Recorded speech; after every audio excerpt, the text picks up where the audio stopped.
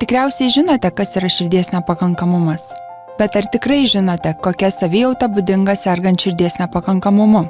Ar pažįstate ką nors, kam buvo sutrikęs širdies ritmas, sergantį išeminę širdies ligą, hipertenziją ar patyrusį širdies infarktą? Kas nors iš jūsų pažįstamų yra sirgęs autoimuninėmis lygomis? Ar galite prisiminti žmogų, kuriam sunkiai sekasi atsisakyti nesveikos gyvensenos įpročių, tokių kaip alkoholizmas, nutukimas ar nepakankamas fizinis aktyvumas? Kas iš jūsų artimųjų serga skydliaukės ligomis, diabetu, inkstų ligomis arba turi nustatytą geležies trūkumą? Kas iš jūsų mylimųjų yra nuolat pavargęs, jaučiasi išsekęs arba sparčiai priaugo svorio? Visi pažįstame kažką, kas susiduria su viena iš šių sveikatos problemų. Tačiau kas juos visus vienija? Atsakymas gali jūs nustebinti. Visiems jiems gresia širdies nepakankamumas.